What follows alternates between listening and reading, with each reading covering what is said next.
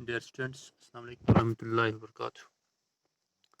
Hope you all will be fine. ہمارا کل کا جو ٹاپک تھا وہ تھی پوئم رنکلز، جو کہ اروند نے ڈوگری زبان میں لکھی تھی اور شیوناتھ نے اس کا انگلش میں ٹرانسلیٹ کیا ہے. ڈوگری زبان میں اس کا نام تھا جریاں اور شیوناتھ نے اس کا انگلش میں ٹرانسلیشن کرتے ہوئے نام رکھا رنکلز. کل ہم نے پڑھا کہ یہ رنکلز جو پوئم ہے یہ ہمیں ماں کی قربانیوں کی یاد دلاتی ہے کہ ایک ماں اپنی بچے کے لیے کیا کیا قربانیاں دیتی ہے اور اپنی پوری عمر اس بچے کو سنبھالنے اور سنوارنے میں اور اس کی ضروریات پورے کرنے میں گزار دیتی ہے. تو اسی لحاظ سے رنکلز جو ماں کے چہرے پہ جو جریاں دکھائی دیتی ہے وہ ایکچولی اس کی قربانیاں ہے. تو کل ہم نے یہ پڑھا ہے اور آج ہم اس کے جو ٹیکسچول کوسچنز وہ کرنے جا رہے ہیں. اس کا جو پہلا کوسچن ہے وہ یہ کہ how many wrinkles does the poet find on the mother's face, کہ شاعر جو ہے وہ اپنے ماں کے چہرے پہ کتنی رنکلز دیکھتا ہے. تو جب ہم یہ پوئم پڑھتے ہیں تو اس میں دا ورڈ رنکل وہ 4 بار آیا. اس کا مطلب ہے کہ ایک پوئٹ اپنے ماں کے چہرے پہ کتنی رنکلز دیکھتا ہے؟ 4 رنکلز دیکھتا ہے. تو اس کا کوسچن یہ ہوگا In the poem we see the poet has used the wrinkle 4 times. So we can say that the poet has found 4 wrinkles on the mother's face. تو اس کا مطلب یہ اس پوئم میں رنکل ورڈ پوئٹ نے 4 بار use کیا ہے. تو اس کا مطلب پوئٹ نے اپنے ماں کے چہرے پہ کتنی رنکلز دیکھی ہے؟ 4.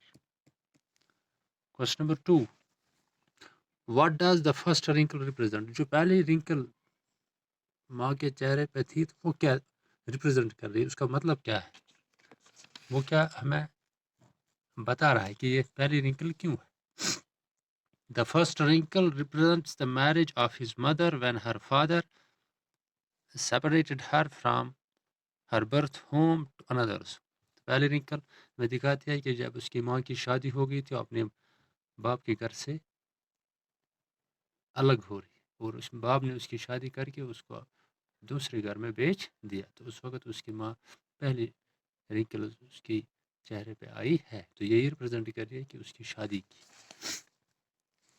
Question number 3 What does the second and the third wrinkle represent؟ دوسری اور تیسری رنکل جو ماں کے چہرے پہ ہے وہ کیا ریپرزینٹ کر رہی ہے؟ The second wrinkle represents the time when the child was in the womb of mother and growing there by sucking her blood. دوسری رنکل جو ہے وہ ریپرزینٹ کر رہی ہے کہ جب اس کے پیٹ میں جو بچہ تھا اور وہ بچہ اس کے خون پہ پل رہا ہے وہ ریپرزینٹ کر رہی ہے. یعنی میں نے پہلے ہی بتایا کہ یہ جو رنکل ورڈ ہے ایکچولی یہ it represent these all wrinkles represent the sacrifices of the mother, ماں کی قربانی کو ریپرزینٹ کر رہی ہے. اور تھرڈ رنکل جو ہے وہ ریپرزینٹ کر رہی ہے وہ وقت وہ time when he sucks the milk from her breast, جب وہ بچہ اس کے سینے سے دودھ پی رہا تھا. And sucked the attractiveness of her face, اور اس کے چہرے کی جو خوبصورتی جو چمک دمک تھی وہ ختم ہو رہی. Question number 4 What is the poet seeking under the wrinkle of mother؟ اب پوائٹ کیا ڈھونڈنے کی کوشش کر رہا ہے ماں کی جریوں میں؟ The poet is seeking a young girl. Point پھر سے چاہتا ہے کہ یہ میری جو ماں ہے یہ ایک بار پھر چھوٹی ہو جائے. جب یہ ہاپ اسکاچ اور وہ پیبلز کی گیم کھیلتی تھی، جب یہ رادھے فیسٹیول میں جاتی تھی، وہ چاہتا ہے کہ ایک بار پھر سے وہی ہو جائے. The poet is seeking a young girl who was fond of playing hopscotch at the game of pebbles. یہ بچپن میں ہوا کرتی تھی، کاش یہ پھر ایک بار ایسی ہو جائے. Question number 5 What were the activities the poet mother used to do when she was girl؟ جب اس پوئٹ کی ماں چھوٹی بچی تھی تو وہ کیا کر رہی تھی، مطلب کیا کیا کام کر رہی تھی. When the poet's mother was a girl she used to celebrate Radhe festival. ایک وہ رادھے میلے میں جاتی تھی. used to bath during Navratra میں وہ نہانے جا رہی تھی.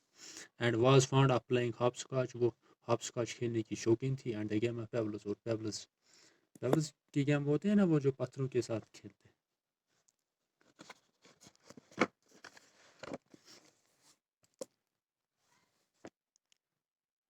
How does the poem and, اور پوئٹ نے پوئم کا جو اختتام کیا وہ کیسے کیا، آخر پہ وہ کیا بولتا ہے. The poem ends with the poet saying that he will bring everything for her mother so that his mother would look like a happy girl as she was in a young age. Poem کے آخر میں poet لکھتا ہے کہ وہ اپنی ماں کے لیے وہ ہر کوئی چیز، ٹھیک، دوپٹے کے لیے ٹینسل، کلر سبرادے، کلرفل پیبلز وہ دریا میں ڈھونڈ کے لائے گا، لیکن ایک بار اس کی ماں جو ہے وہ چھوٹی بچی بن جائے، جب وہ خوش ہو جائے، جس طرح وہ جب چھوٹی تھی تو وہ یہ ساری چیزیں کھیلا کرتی تھی یا میلے میں جایا کرتی تھی. آخر میں وہ پوائٹ ہی چاہتا ہے کہ ایک بار پھر سے اگر وائس ہو جائے میں اس کے لیے ساری چیز لاؤں گا. تو یہ تھے اس کے ٹیکسچوئل کوشچن. اس کا اگلا کوشچن جو ہے وہ لینگویج ورک، کہ اس میں کچھ ایکسپریشنز دیے گئے ہیں اور فریز دیے گئے ہمیں ان کی میننگ بتانی ہے. From the back yard,